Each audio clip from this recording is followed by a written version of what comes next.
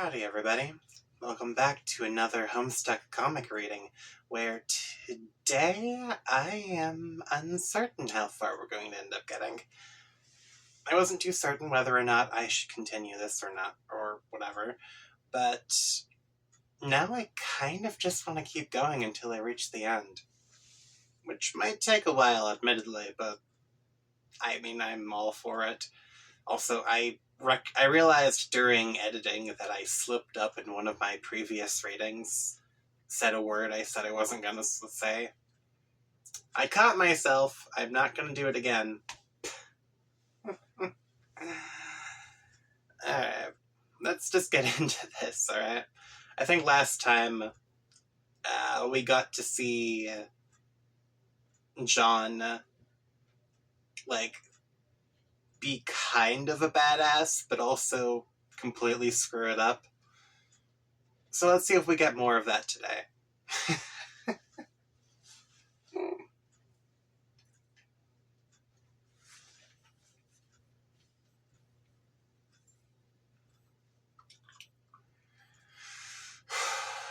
Alright.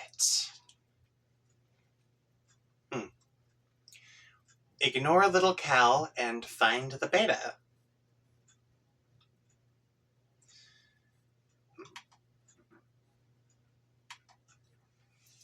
You wander over to the place where your bro keeps his sweet turntable gear. Man, that setup is sweet. You feel pangs of jealousy whenever you walk by it. Really cool jealousy, though, like the kind where instead of getting all worked up about it, you don't actually give a shit. One of your brother's rad and extremely expensive ninja swords is missing, though. You know this drill all too well. Trouble's a brewin'. Ooh. Take expensive ninja sword.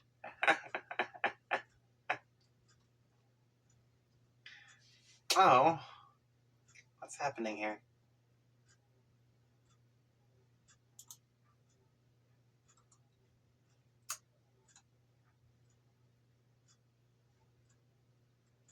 Do I have to reload?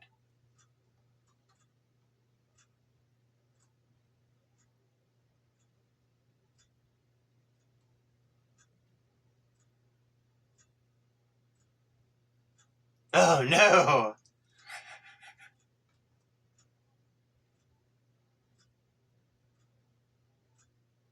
Oh no, his brother's actually home. Oh, this is gonna be bad. What sword?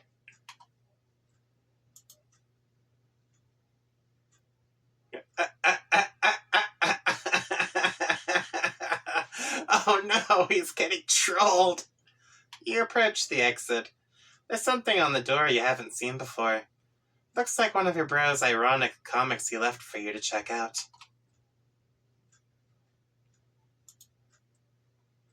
What have I done? Animal, please start breathing. Oh God, please breathe. Okay, make-believe time is over. Oh God, oh God, oh God. What will Nanny do to me if she finds out? No one can ever know. I have to hide the body, but where? Think, imagination. The one time I really need you. Click. Hello, Rolf. I want to play a game. I want to play a game. Oh. Okay. Now I know the brother is just screwing with him. He must have seen Dave kill that bird.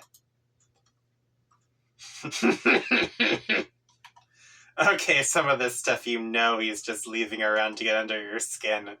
This is obviously another ploy in his relentless siege of one-upmanship to get your goat. The same goat you've been meaning to bleat like ironically, but that'll still have to wait for a more appropriate time. You think he knows that deep down you feel like you're still not ironic enough to get stuff like this, and this is probably some weird gauntlet he's throwing down to see if you'll get it. But honestly, you think this material is just a little too ironic. You just don't need to see this shit right now. Especially after you murdered that bird, eh?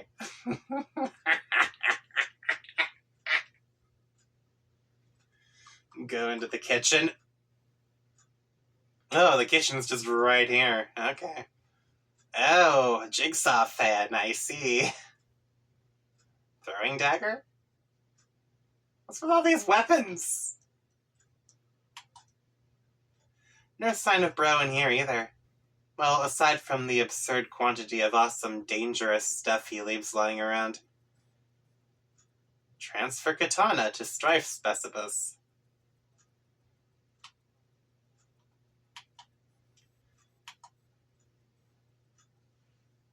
With an escalating sense of threat, you think it's time you shift your katana to your Specibus. You figure it's better to free up the card anyway, since you might need to grab some of this stuff.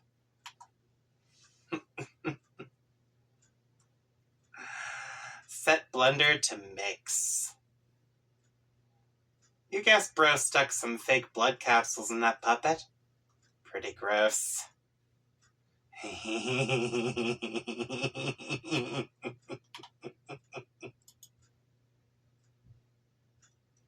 Oh, it's a camera! Oh, no! You spot one of your bro's many webcams nearby, recording the incident. It seems you may have just been an unwitting accessory to some sort of grisly puppet snuff film. You're not totally sure how you feel about that.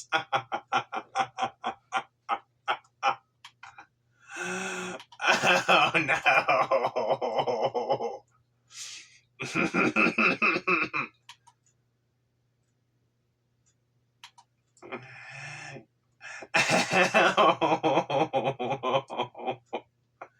Oh, he killed it. Okay. Capsulog the Buster Sword from behind the microwave. This might be the only thing in the whole apartment that's a bigger piece of shit than your own sword. You put it back behind the microwave where it belongs. Yeah, I get that. I get that. Pretty nice. A lot of people fantasize about having this sword, but in reality, it would be way too heavy to even carry, much less use, so... Set blender to crush ice. It's just sort of bouncing around in there. You're making a bit of a mess now.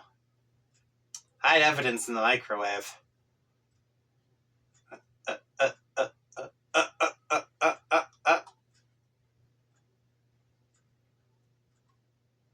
See, like, his hobbies are cool and all, and you guess he's got to put his shit somewhere. But if you just wanted to heat up a burrito or something, this kitchen is pretty much useless. Grab those fireworks. You capsulog all the fireworks the sink has to offer, okay. You just know these are going to come in handy. Why would they be in the sink if they weren't? Looks like some of them are still stuck in the garbage disposal. Capsulog shurikens.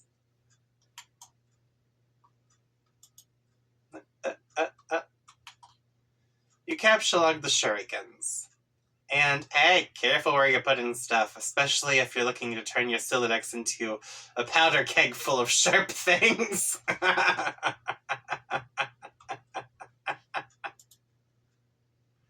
You put the box of fireworks back into card 5 and prepare to start or card 3.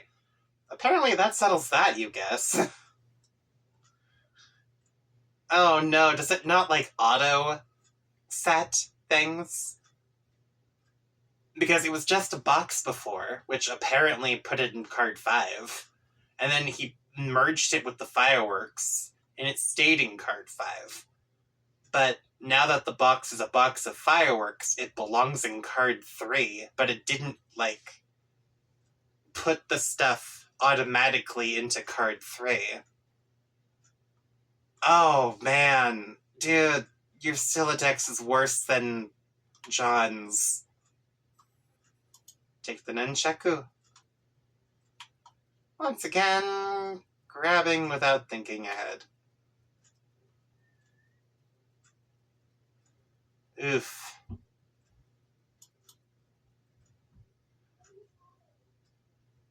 Oh, oh!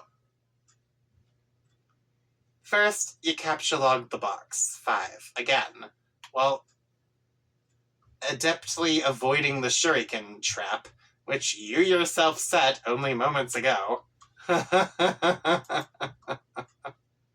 You again round up all of the fireworks. Time to regroup here. Okay. Capture log each shuriken individually.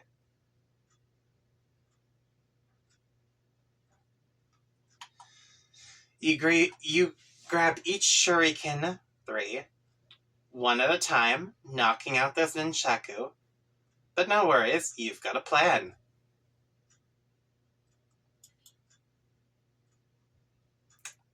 You take the nunchucks. 6. Everything seems to be in order now.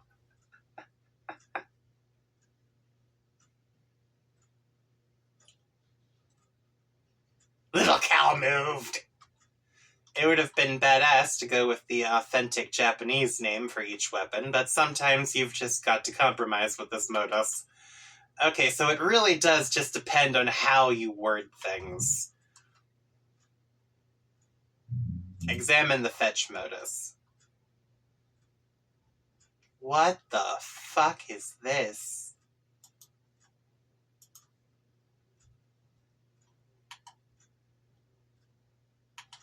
You flip over your fetch modus and check out the back. You're not really sure where it is you're keeping these things. Where it is you're keeping this thing. Oh well, who cares? Press eject button.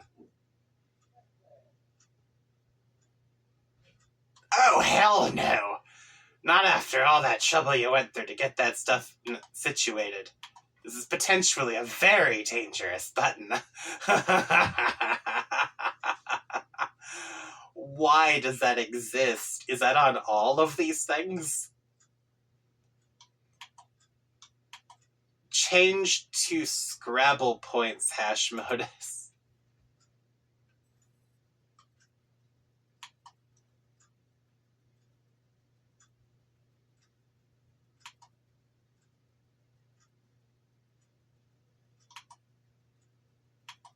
First, you program your modus with a Scrabble points hash function, adding it to the list. This might be a cool function to use, but it looks like you'll have to empty your Sylladex to select it. You're just not going to do that yet. No way. Check the box, detect collisions. What?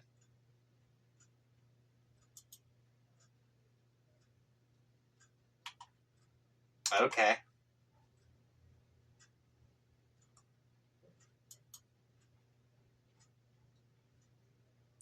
Take the skateboard. And just what is this guy so happy about? What's he looking at up there? You think if you see one more soft bulbous bottom being, like, kind of jutting out and impudent or whatever, you're gonna fly off the handle. Yeah, fair. Oh, death!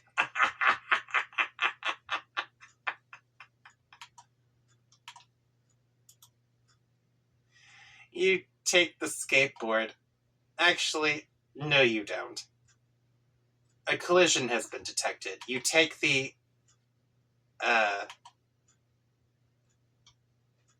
wheeled, ride. 7. Man, your inventory is... nomenclature is getting lamer by the minute. I don't know what that word. Nomenclature? Okay, whatever. I'll look it up later.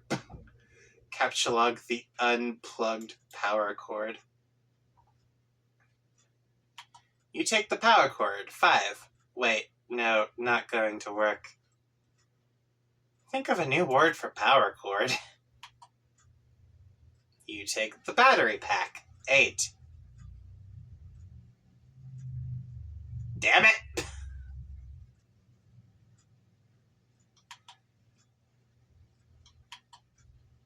Wait, what? you take the battery pack 9, using the Y as a consonant. Your Silatex reluctantly accepts. It's a tactic notoriously employed by hashmap noobs, but you just don't care about that now. Besides, it's not like your bro is around to see. Your bro is around to see every minute of this. He ran in and took the nose. Oh, man.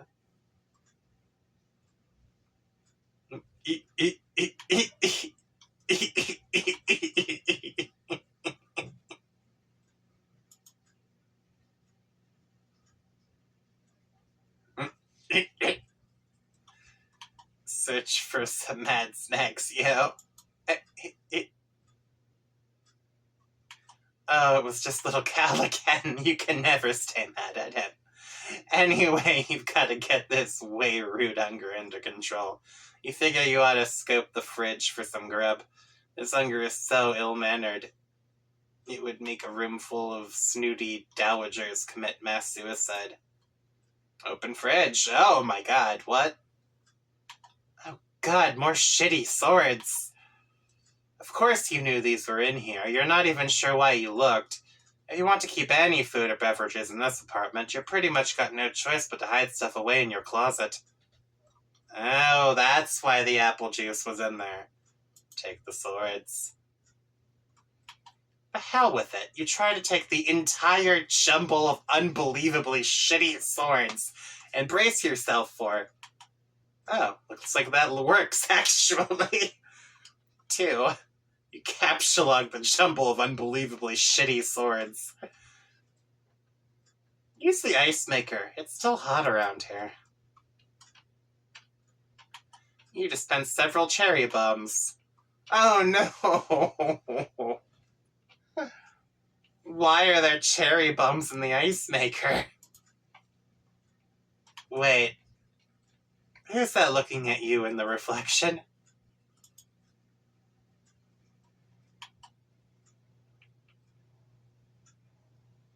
Where'd the little dude scamper off to this time? Oh, man. So the brother just gets kicks out of tormenting his little brother all the time with this. Okay. Capsulog cherry bombs? You go for the cherry bombs. 9, unsuccessfully. After mulling it over a bit, you take the red spherical salutes. 1. Take blender. Blender. 2 is a pretty simple word, and you can already tell that's not going to work. Instead, you take the whirling blade pitcher. 4. That's really a much better name for it anyway, you think. Activate garbage disposal. Stuff down Mr. Purple Guy into the garbage disposal. I think we're getting off track here.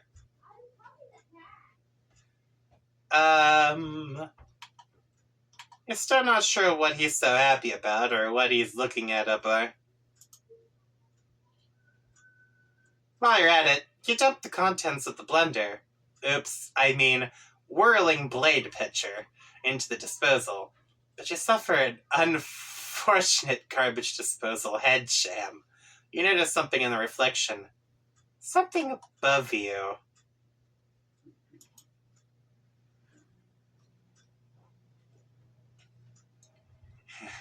It's the hatch to the crawl space above your apartment. Bro's always tucking away in there when he's busting out his rad stealth stunts. Oh, he's so slick that dangling cord never even jostles. You just know he's being ironic with these weird mind games. There's no way anyone could be serious about aping those shitty movies. Use the turntables and cinder blocks to make a fort.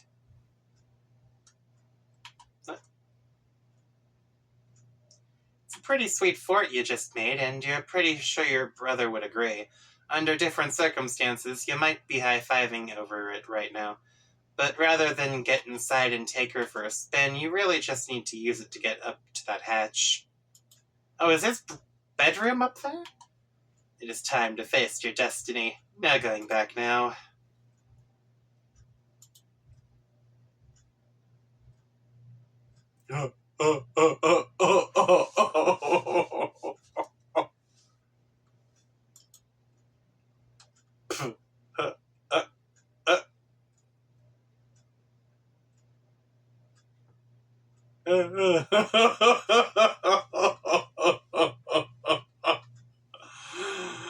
Oh, that is so dark.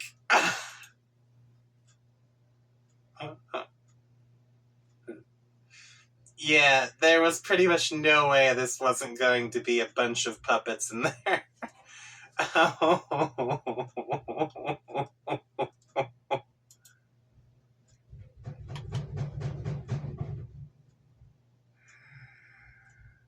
Oh, is this why he went off like this?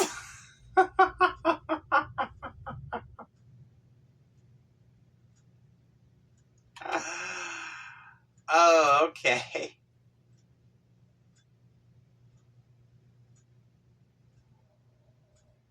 Read the note on the hatch. Bro, roof, now. Bring Cal. We're doing it, man. We're making this happen.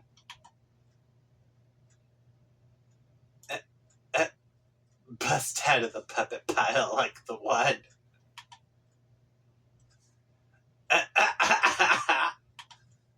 Be the other guy.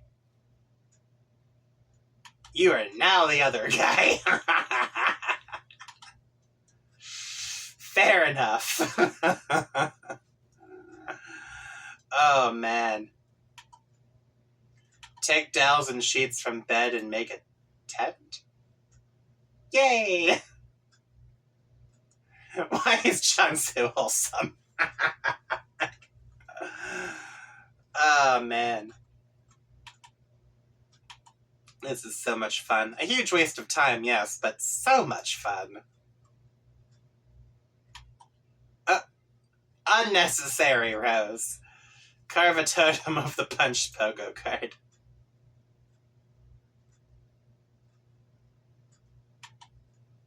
You put the punched card containing the pogo ride in the slot and carve a totem from one of the Crookside dowels. Repeat process with other cards and dowels.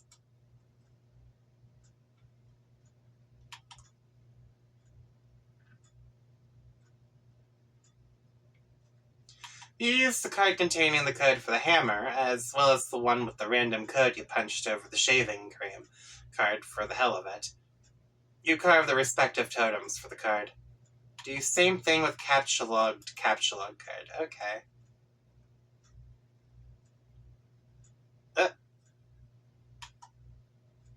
You make a totem for a capsulog card. Pretty bare bones looking totem if you ask you. Alright.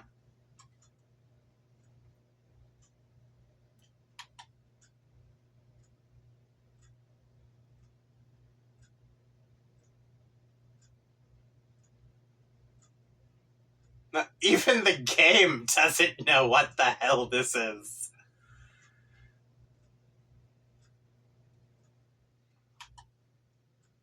You stow the items in your Athenium. Okay. Produce capsulog card. Okay.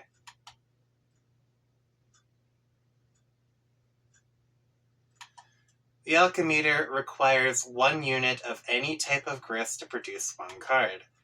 You decide to use shale since it seems less generally useful than build grist as of now. You make a whole bunch of them. Whoa, did you just make all these? Yes. Sweet, thanks. What did you do with all the blue wobbly vase-looking things? I brought the totems out to the alchemeter to test them. I'm taking some things into my own hands to save some time. Okay. Fair enough. You create a hammer at the expense of 2 units of build grist. You make a pogo ride too. -5 build, 1 shale. What's happening here?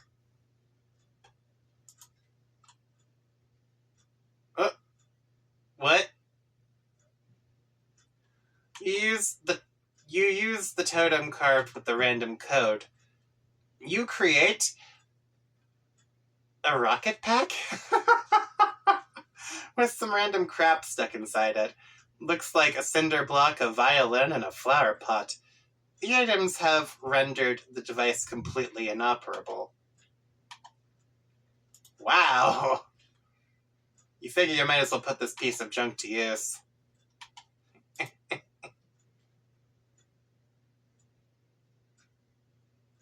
Nice!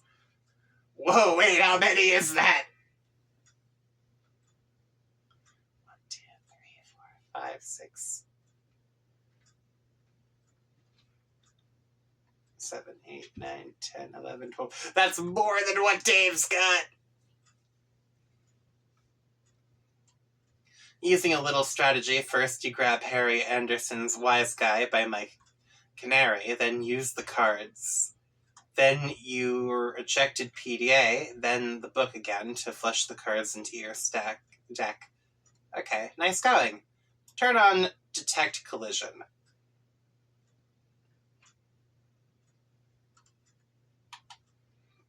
Oh, what? You flip your fetch modi, but find no such option. This is idiotic. Read book, be the wise guy.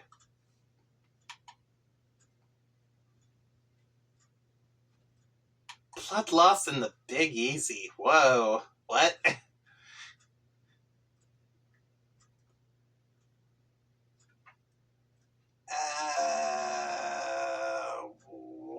You never really understood what Cavanary's relation to Anderson was, or why he wrote this book about him.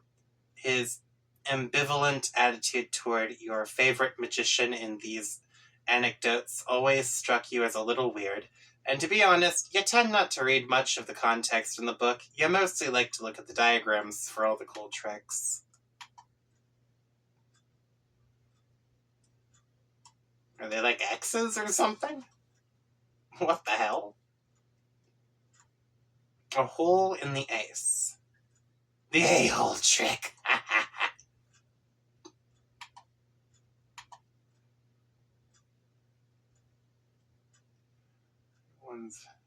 I'm gonna have you love him for it. He was good at that.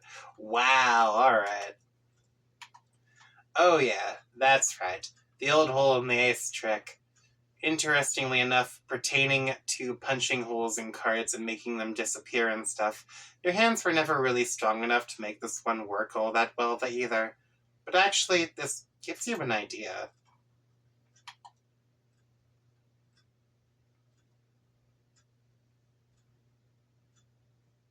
You overlap 2 of the punch cards. They mask each other's hole patterns.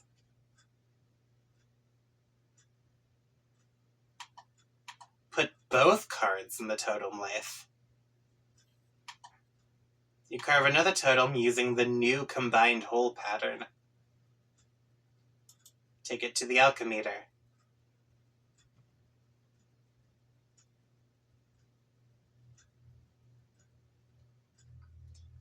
Oh, what the hell? Rose? Why?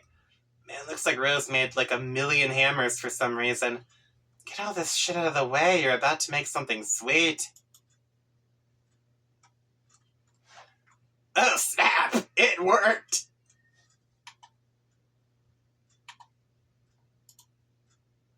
You got the pogo hammer! Practice with new weapon.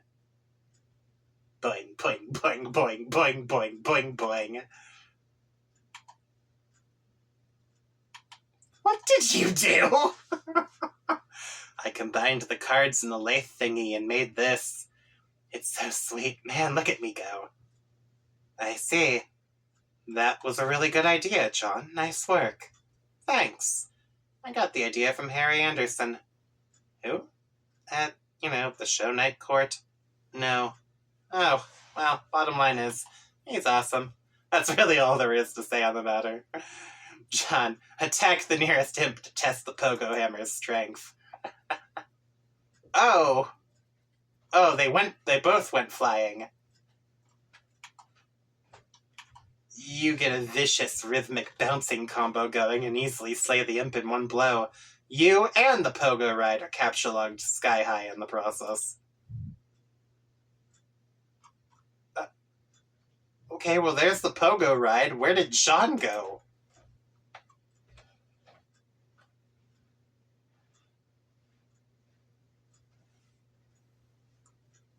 John? Sweet catch! Alright. Good.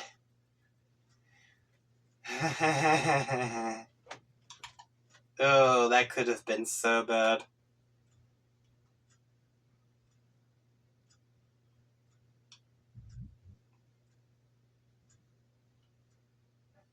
What the hell's happening here?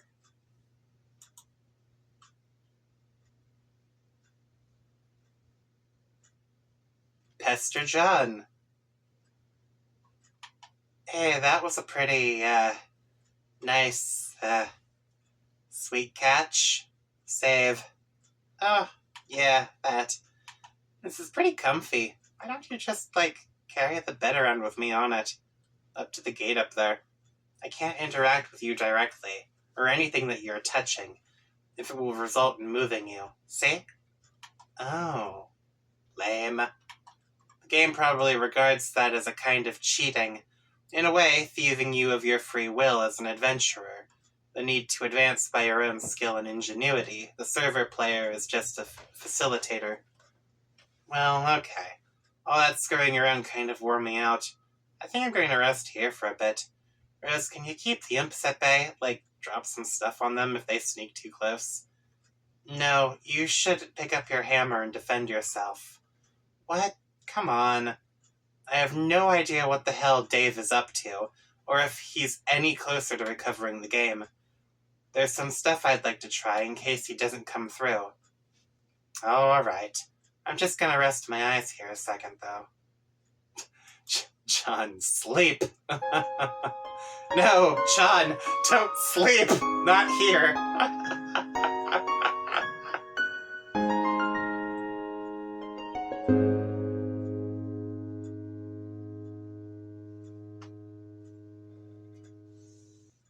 And he's out cold.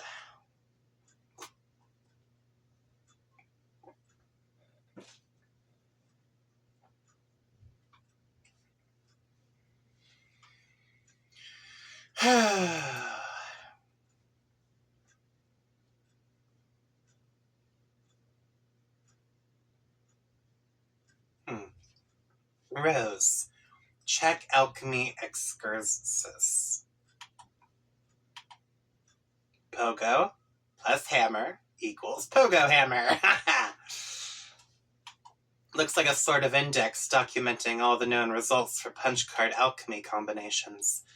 This could be a convenient resource as you start to stumble on more useful card combinations. But ever since John started punching cards, you've been contemplating other ways this item manufacturing system could be put to use. In particular, if you obtain the code for any item that you're at your disposal, you think you could theoretically send the code to John, and he could make it himself. That is, if you can think of anything that would be worth sending to him. Capture-log the Spurb server CD.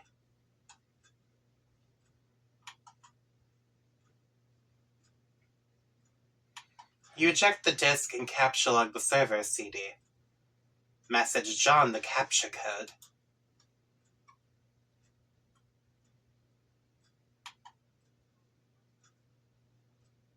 Oh, god damn it.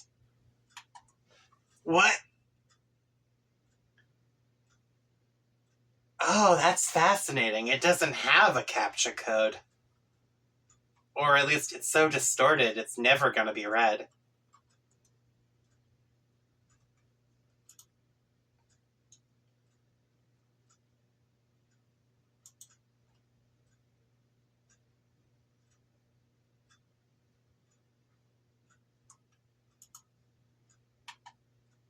Facepalm 2 times 2 combo.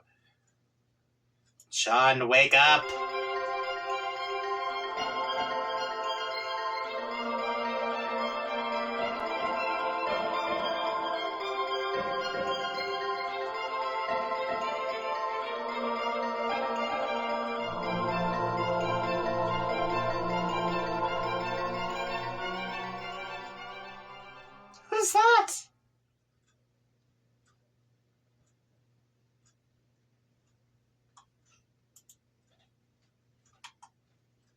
Hey! Oh, there you are. How's your adventure going, John? It's okay. I'm making some progress, and Rose finally connected again, so she's helping me now. That's good. Oh, but, I don't think I'm actually saving the world here. I don't know what I'm really accomplishing, but I guess it's not that. Well, I think whatever it is, it must be pretty important. Don't lose hope, John. I think it'll all turn out for the best if you stay positive. Just keep listening to your grandmother's advice. Yeah, you're probably right. But, I don't think I mentioned Nana to you, did I? Oh, I don't know, didn't you? I don't know. Maybe you talked to Rose or Dave about it or something. Yeah, maybe that was it. Ah, Jade, you were so suspicious. They're really weird when they talk to me about you. They're always trying to convince me you have some spooky powers, but I'm always like, no, she seems like a pretty regular girl to me. But then when I think back, maybe there are times when it seems like you know some things. Like, maybe you know more about a thing than you're telling me. I don't know. Oh, well, John. I want to explain lots of things to you. Some things that I know, I'm just waiting. Waiting for Waiting for what? Oh, John. I forgot I messaged you about that meteor that fell near my house. Oh, yeah, whatever happened with that? Oh, boy. Well, it turns out I was confused about it. Really confused. See, I guess I fell asleep for a while and lost track of time. That happens. Yeah, I know. Tell me about it. Maybe you should, wear an alarm clock or something? So, what was the deal with the meteor? Well, it's hard to explain, but I know what it is now, and now I know everything's going to be okay. So, what is it?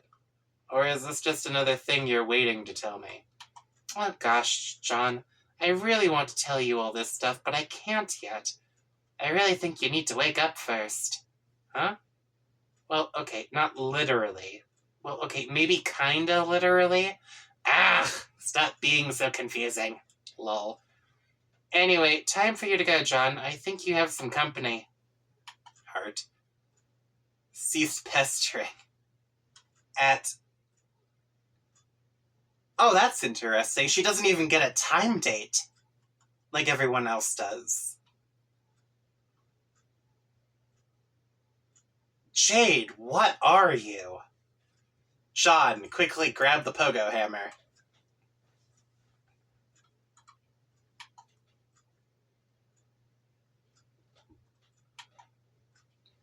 You stick the pogo hammer back in your strife specibus and get ready to kill some more of these pesky little... Huh? What's that?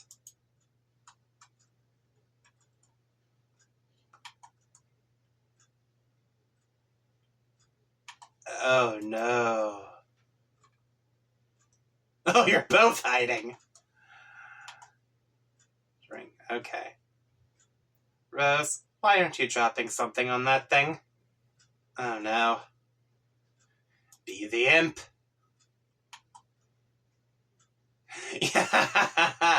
You be the imp and quickly abscond the fuck out of there.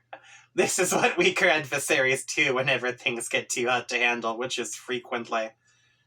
Prepare for a boss battle. You stop being the imp because that was stupid, and scurry over to your magic chest that you suddenly remembered was on the roof. There are some things in here that would be good to stock up on for a major battle, but it looks like someone has plundered your chest. This is so outrageous.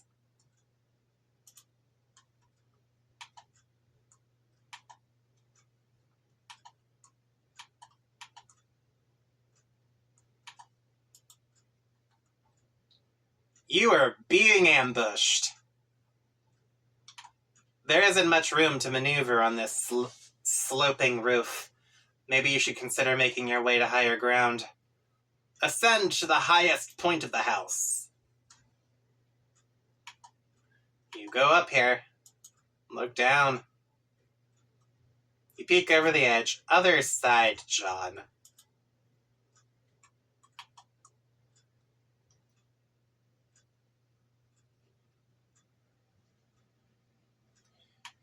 It already seems like a long way down to your yard, not even to speak of whatever's below. Hey, weren't your trick handcuffs dangling from that branch earlier? Damn it, why do imps gotta be making off with all your sweet gear? Turn around. Crude ogre. Oh, one of them's got the tire swing. Oh, no! You are confronted with a pair of enormous foes. This is it. You have no choice.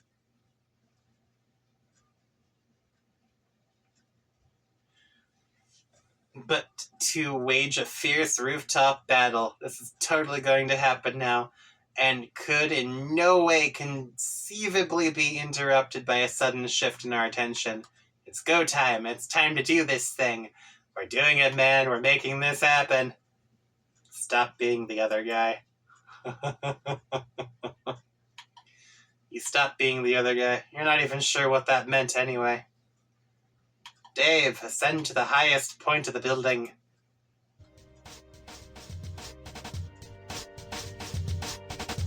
Oh, that actually kind of slaps.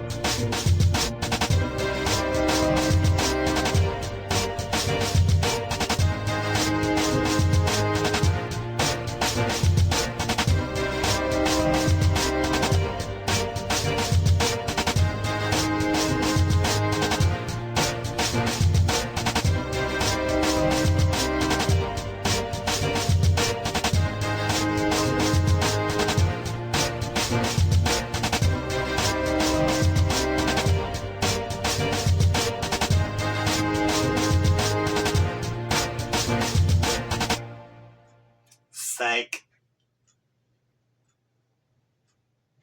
Oh, wait. Double psych out combo. What is happening here?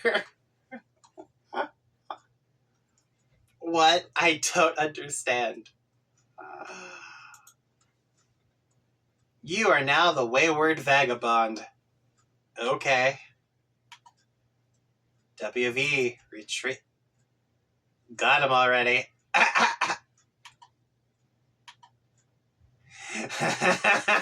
He's already on it. Already got my arms, thank you very much. Examine rotten pumpkin. What pumpkin? Check the little red bar. Okay.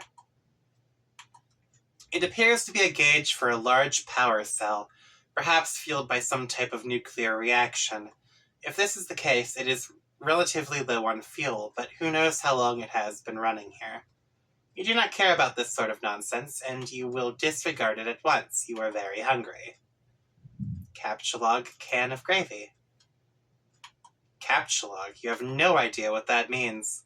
It is total nonsense, and you do not know what to make of it. You will not give the foolish notion a second thought. You don't have a captcha-log. Okay. Pick up the can of gravy. Just pick it up. You just pick it up. You are now holding the can of gravy. Use sharp teeth to poke a hole in the lid of the can. Your teeth are useless for the task. They are blunt like that of livestock, presumably suitable for mashing up plant matter and not for puncturing metal. Attempt to open can with your weak, pathetic digits. Your weak, pathetic digits are not strong enough to penetrate the can. Your fingers are certainly pointy enough, and your black carapace is surely rigid, but you just don't have enough muscle for the task. Take the can labeled beans. Okay, you take that too. Examine can of custard. The can clearly reads mustard, a fact of which you were clearly well aware. It is sort of cumbersome holding all these cans at once. You doubt you can hold many more than this. Maybe one or two. You'll need to find something to put stuff in if you want to carry a lot of things around. Examine marking on wrist. You drop all the cans and take a look at your wrist.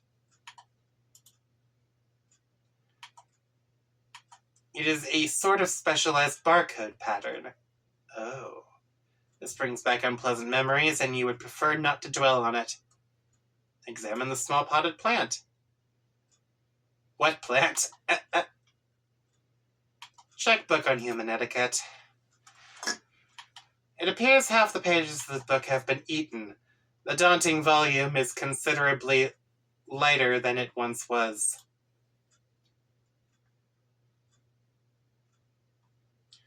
You are somewhat skeptical about the nutritional value contained by these pages. However, of the practical wisdom they contain, there can be little doubt. You have learned so much. Clear out all the cans inside the purple machine. You empty the peculiar cabinet and take a quick inventory of your canned goods. You have beans, mustard, gravy, bread, shrimp, asparagus, cheese, rice, corn, peas, flour, chestnuts, mayo, ham, potatoes, and squash.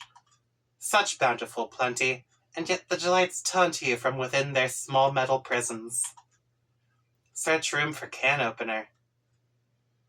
You've already looked all over the place for a can opener, even making a few electronic inquiries about one, but to no avail. Nothing else inside the purple thing either.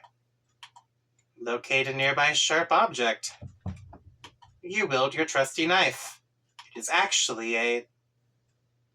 You're not sure what they're called. It's an old rusted one of those red mailbox arms swing flappy doodads. Either for letting you know there's mail in the box, or maybe for alerting the mailman to outgoing mail to be collected. You don't know, really. You've wrapped a small piece of cloth around it for the grip. It is useless for opening cans. Be the imp. This means nothing to you. You are not an imp. You have no idea what an imp is, and you will not entertain such frivolous and childish ideas ever again. You feel stupid and hate yourself a little for even considering it. Become the mayor of Cantown. Ah, yes. As the glorious founder and mayor of Cantown, you erect a dignified, majestic city hall for the cans. Okay, out of cans. Fittingly capped off with a tome of good manners for the roof. You have given yourself a very official and important-looking mayoral sash made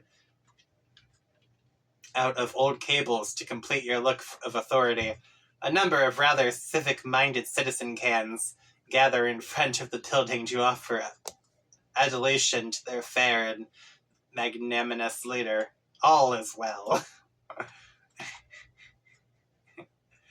You immerse yourself in this beautiful dream as you whittle away the minutes or perhaps hours. You love the idea of being a mayor. You love everything about mayors and the concept of an orderly civil democracy. It all seems so mannerly and reasonable to you. Everyone is friendly and happy, and the city runs like clockwork. The foundation of the government is based on mutual respect between the leader and its people. It is also built on having a really great mayor that everyone loves, who is totally amazing and heroic and brave. Oh, wow. Mayors are so much better than kings. You hate kings, and you think kings are really stupid. They are petty, bossy tyrants and are really full of themselves, and are basically awful in every way. God, do you hate kings? Explore west of Cantown.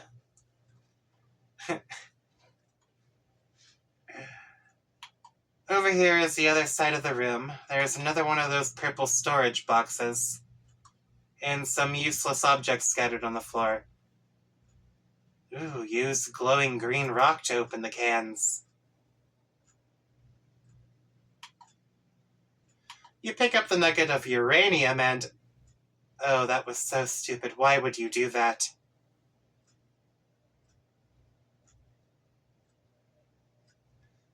Examine box of crayons. It's chalk.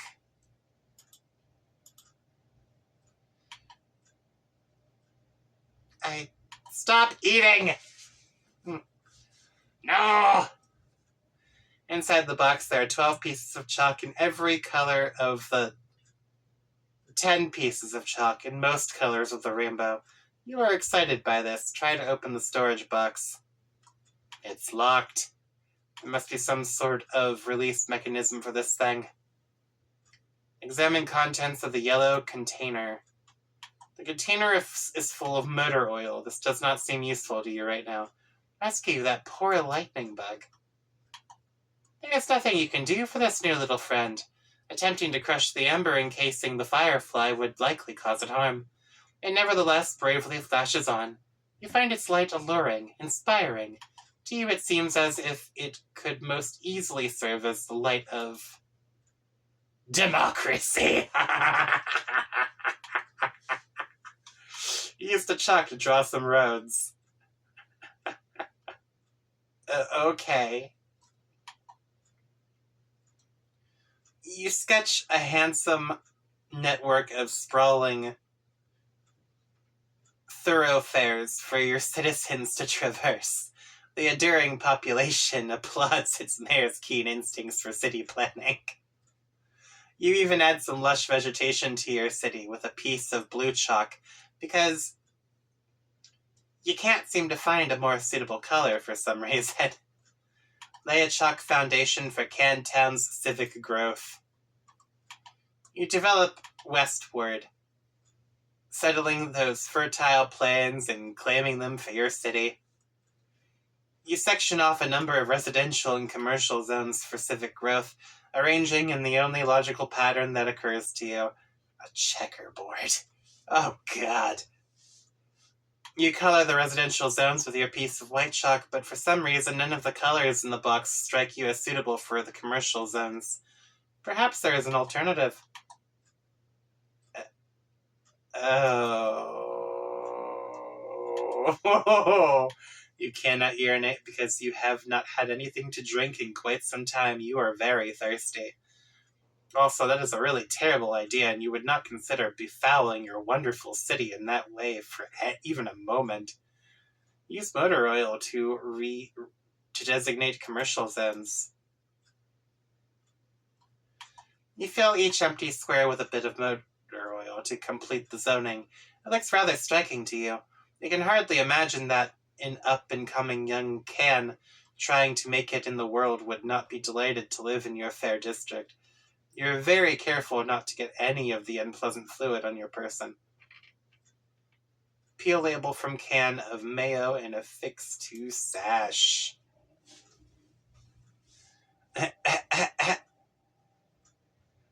Survey surroundings in search of more terrain for city.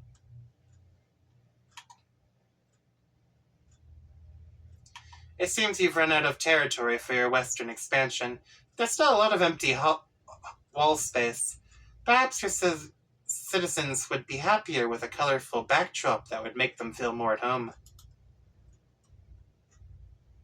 What have you done?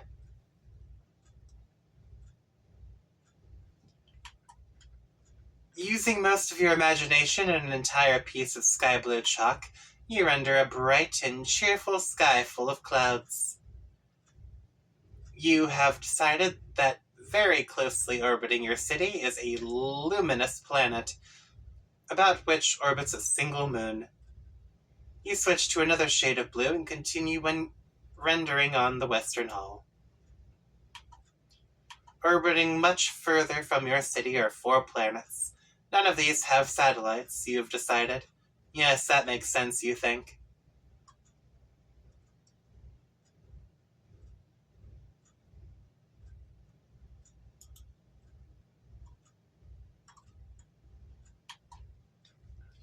And on the southern wall, beyond an impenetrable veil of darkness, occupying the furthest orbit yet, there is an ominous planet. A moon circles this one too. Check that rampaging boy on the screen. Oh yeah, it's that guy. You'd almost forgotten about him and his confusing shenanigans. It seems like he has things well in hand at the moment. He doesn't appear to need your help, and you've already concluded that he cannot help you. At least for the time being. Turn on the other 3 screens.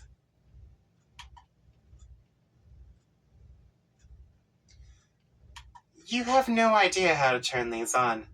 There is no mouse for this weird, quadra-monitored computer. It can only be operated through text commands from its keyboard. Perhaps there's a special key or command which will allow you to switch to another monitor. Press Tab.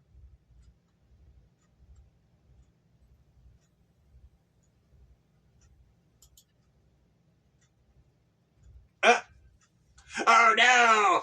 It's Tab Soda! Oh, that's so bad.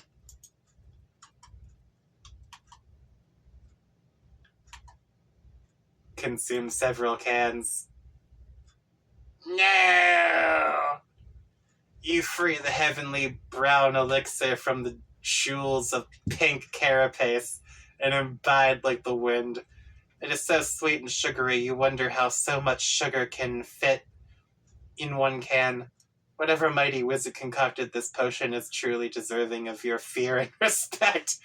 Welcome the rest into the city. The tabs are naturalized as loyal new citizens of Cantown. All cans are welcome and equal in your city, regardless of can content and whether empty or full. It's not like emptying a can kills it or anything. They are just cans, after all. That is fair. Hit escape. Feeling refreshed and heavily caffeinated, you go back to work on the big computer. You hit escape, which seems to minimize the action window thingy and reveals a history of all the commands you've entered.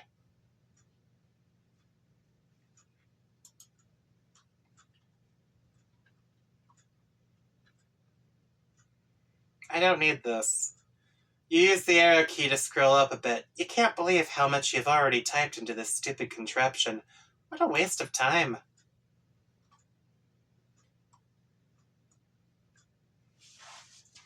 Oh, hello. You scroll all the way up to your first command. It looks like there are more commands above it. Maybe someone was entering commands on this thing before you? There aren't many more. At the top of this list appears to be the very first command. Switch to.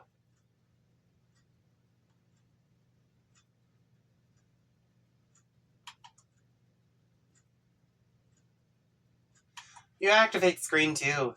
The signal is jarbled and you have no idea what you're looking at. Some sort of filthy beggar pleading for help. No one is around, and nothing is happening. You seem to be locked out of any sort of interaction with whatever is happening on this monitor. Switch 3?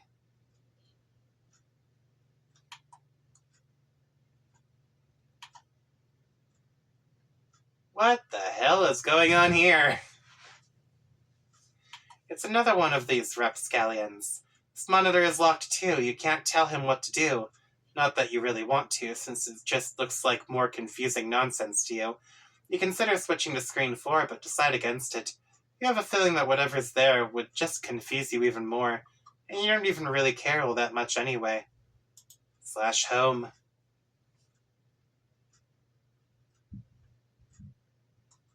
All 4 screens activate. Together they display a countdown starting at 4 hours and 13 minutes. Reboot! You can't. Nothing is working anymore. The timer seems to have disabled the keyboard. Be the mayor. Enough of this nonsense. You are an important mayor, and this absurd contraption has wasted enough of your time. You've got a city to govern with a carapace fist, which is to say firm yet polished and supple as the situation demands. Anyway, this will help you kill some time while you wait for that clock to count down. Create employment opportunities for the citizen cans.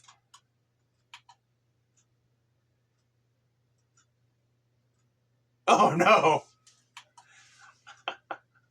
You temporarily dismantle City Hall to free up all of the can power available to create a vigilant town militia. You divide them into 2 groups, marking them with distinct teams and ranks using the piece of white chalk and the motor oil. You then Organize them in phalanx across the countryside, preparing for a stiff training regiment. When you are through with them, your forces will be a well-oiled machine. Chalk another one up to bold leadership. Lead your men to victory!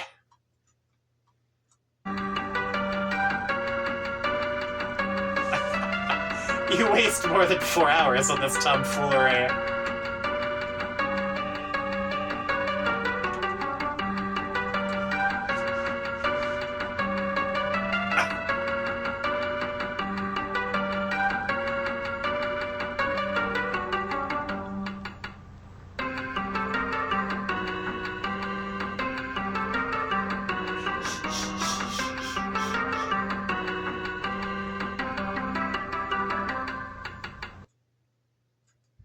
Wow. Okay. Mourn the loss of Citizen Tab. Your caffeinated jittering must have agitated all the little bubbles curiously hidden in the liquid, creating too much pressure in the can. You speculate this is why it exploded as you nervously eye the timer. You're starting to wonder what will happen when it reaches 0. Maybe it would be best not to be near it when this happens. Minutes in the future. Though perhaps not as few as implied by circumstances.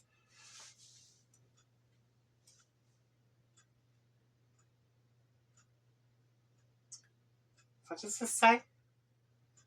A peregrine mendicant trundles precious cargo beneath the gleam of the celestially ominous.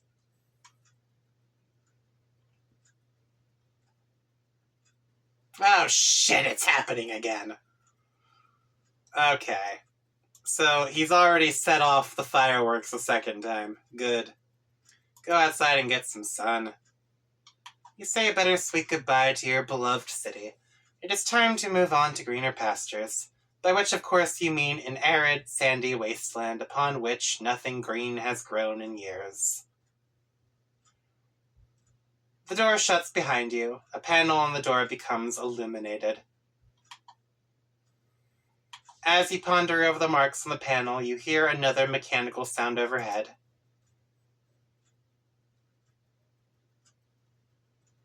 Yeah-oh.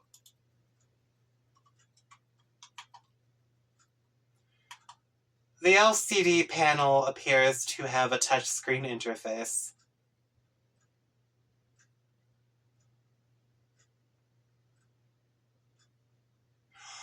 Oh no, are there like 3 rooms to this place? Curiously prod the funny looking. Okay. It appears the funny looking spirograph room is locked. The floor rotates a full 360 degrees beneath you, while the surrounding wall seems to stay put. Select the triangle fractal. The triangle fractal room does not appear to be locked. The floor turns 120 degrees and the door opens. You go through the door to find another room. It's the same size as the other one you just wasted all that time in, while a clock was ticking down to something which may or may not be your doom. Maybe there is something in here that'll help you escape. Against the wall, there is another perplexing contraption. Against the opposite wall is some sort of control panel which catches your eye. It has 2 large screens, but only one appears to be active. There are fields for numbers which appear to be modifiable with the dials to the right. Some numbers are already supplied by default, perhaps entered by the previous user. There are a few buttons below, the largest one bearing the symbol marking this room. Also, it looks like there is a meter stick propped up there for some reason. Attach your trusty knife to the meter stick. You immediately craft a measuring spear through possibly the most advanced form of alchemy employed thus far. This is obviously the most important thing to do first. Obviously. Or it would obviously be the most important thing to do if you had remembered to bring your trusty knife. What? You feel insecure without your trusty knife. It makes you want to slit your wrists, or at the very least, flog your carapace with some sort of measuring apparatus. Look at the other wall. You examine the perplexing contraption across the room. You, of course, have no idea what it could possibly do. You adopt the only obvious course of action, which is to poke and prod it with your handy ruler. You're quite sure this is what science is all about. Press the triangle pattern. You go back to the control panel, which probably obviously controls that gizmo, and you push the big blue button, which is obviously probably the most obvious thing to push.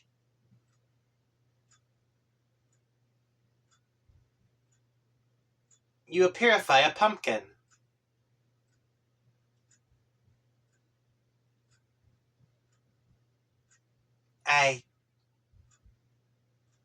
Oh, this is the alchemeter, or a much more advanced version of it.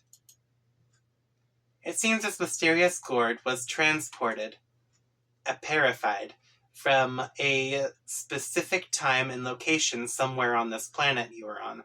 You wonder if the machine will take any object that exists at whatever time and location you supply. There is a symbol carved in the pumpkin. You don't know what it means, and you doubt it will ever prove to be relevant in any way. Devour the pumpkin. You consider dining on the ripe flesh of the plump vegetable, but your curiosity about the purifier gets the better of you. You try to sneak a nibble from the pumpkin nonetheless. Inspect the green buttons. You first examine the attractive green buttons. The icon for the one on the left is that house shape you've seen plenty of times before. The right one, on closer inspection, appears to be the map for this underground facility with an X marking its center. Press the green button on the right. You push the button. All of the numbers change. Perhaps these are the coordinates for the location of the center of this facility, along with the local date and time. If this is the case, it would make a useful reference point for your current bearings. Fiddle with the dials.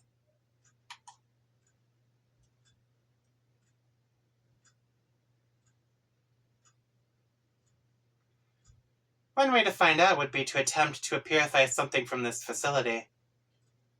It should be easy to zero in on the location relative to the center, because you have an uncanny knack for tracking precise distances you have already traversed, in whatever units you choose. Your handy ruler gives you a good clue as to the basic unit of human measurement. You'll go with that. Purify your trusty knife. You nudge the coordinates very slightly and bump up the elevation by 0.5 human measurement units. You make sure to keep the time approximately what it was to begin with. You purify your trusty knife. Purify Cantown. You nudge the numbers a bit more and purify a bunch of cans. This is so much more efficient than walking back to the other room to get them. You are to believe that time is at a premium after all. Purify the pumpkin.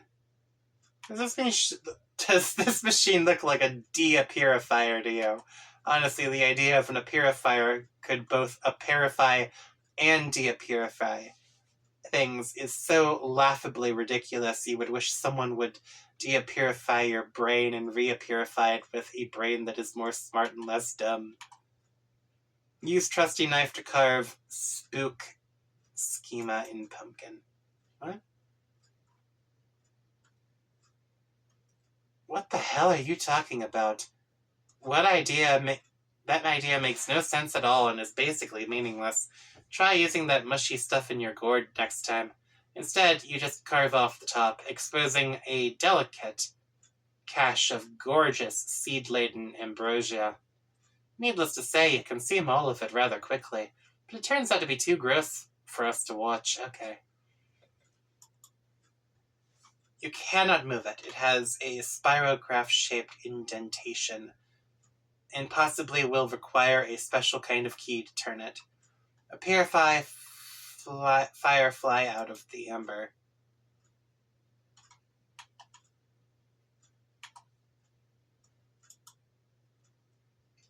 You release your blinky new friend. You will give her a name when something suitably whimsical occurs to you.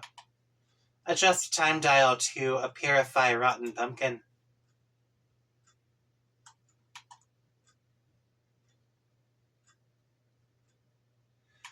You and Serenity consider new ways to waste more time with the purifier.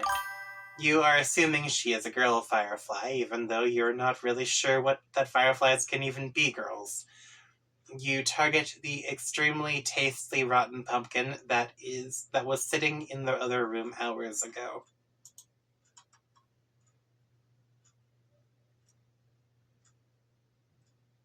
It seems the purifier cannot purify something if it will create a time paradox. A gelatinous ghost pumpkin purifies and quickly dissolves into a pile of unappetizing sludge. Purify the grate over the entrance to the facility.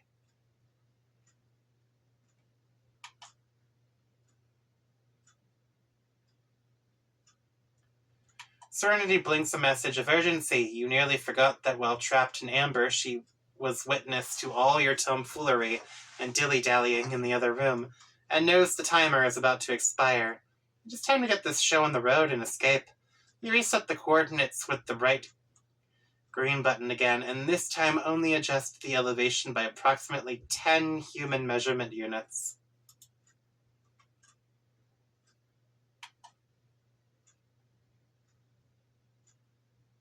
Hasten to the exit post-haste.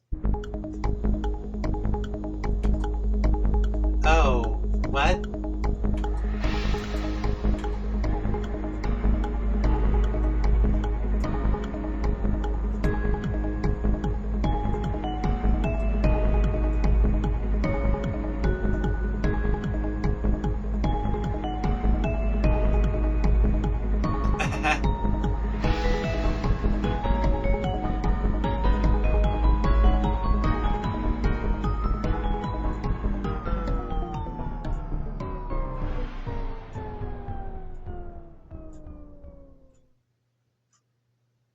Psych? Oh, wait. Unpsych.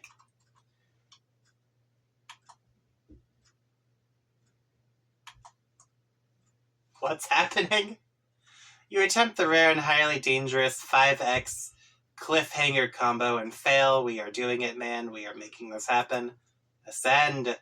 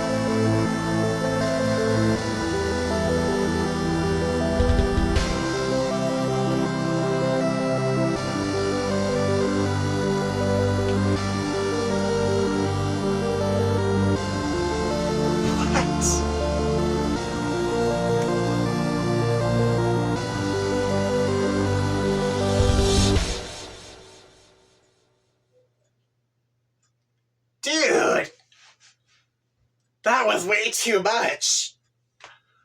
Who the hell developed the Spurb beta game?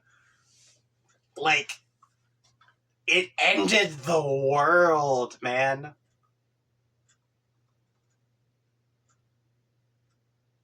Oh, wow.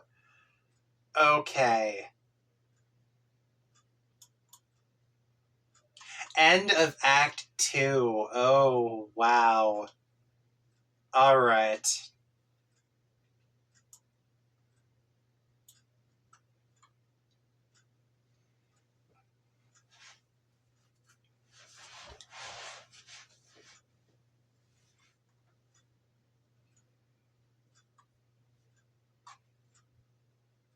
Alright. Wow.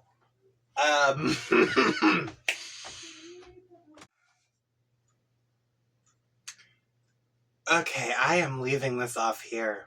That was too much.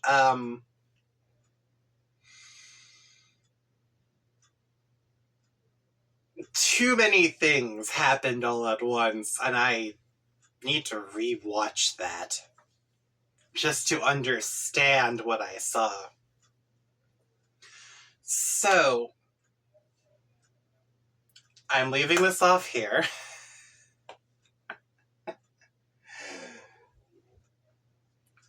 Later, everybody.